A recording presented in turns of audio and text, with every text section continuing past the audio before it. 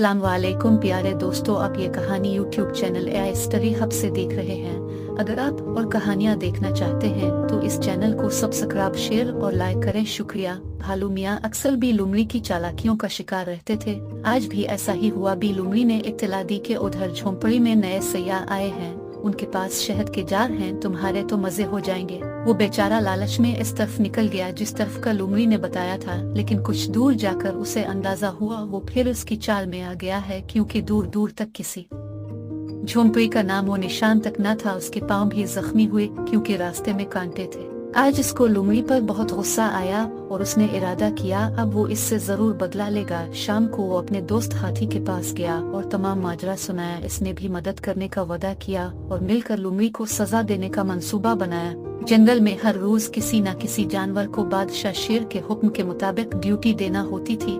वो अपने मुकर्ररा दिन पहरा देता और अमन व अमान कायम रखता। वो दिन आ गया जिस दिन भी लुमड़ी की ड्यूटी थी। मंसूबे के मुताबिक भालू इसके पास गया और कहने लगा, बी लुमड़ी, वजीर उल्लू ने आपको जल्दी बुलाया है, आप हमारे साथ चलीं। हाथी ने भी यही अल्फाज दोहराए और बताया कि बादशाह सलामत भी वही हैं, मेरी तो आज ड्यूटी है, मैं कैसे अपनी जगह छोड़कर जाऊं। भालू ने कहा, आपकी मर्जी, हमारा फर्ज था आपको बताना, अब जाने और बादशाह सलामत। ये कहकर वो दोनों चलने लगे कि वो भी कुछ सोचकर उनके साथ चल पड़ी। बादशाह का शाही घर काफी फासले पर था। वो तीनों आगे पीछे जा रहे थे कि इतने में भालू को अपने बच्चे की आवाज आई और वो अभी आने का कहकर चला गया। हाथी भी प्यास का बहाना करके दूसरी तरफ मुड़ गया। बी लुमड़ी भागती जा रही थी कि इसको शेर की धार सुनाई दी। जब उसने गौर किया तो आवाज इस तरफ से आ रही थी जिस तरफ इसकी ड्यूटी थी। इसको सारी बात समझ में आ गई कि वो बेवकूफ बन चुकी है, अब इसको सजा मिलनी थी। इससे पहले कि कोई इसे बुलाने आता वो खुद ही बादशाह के सामने पेश हो गई। अब उसकी कोई चालाकी काम नहीं आती थी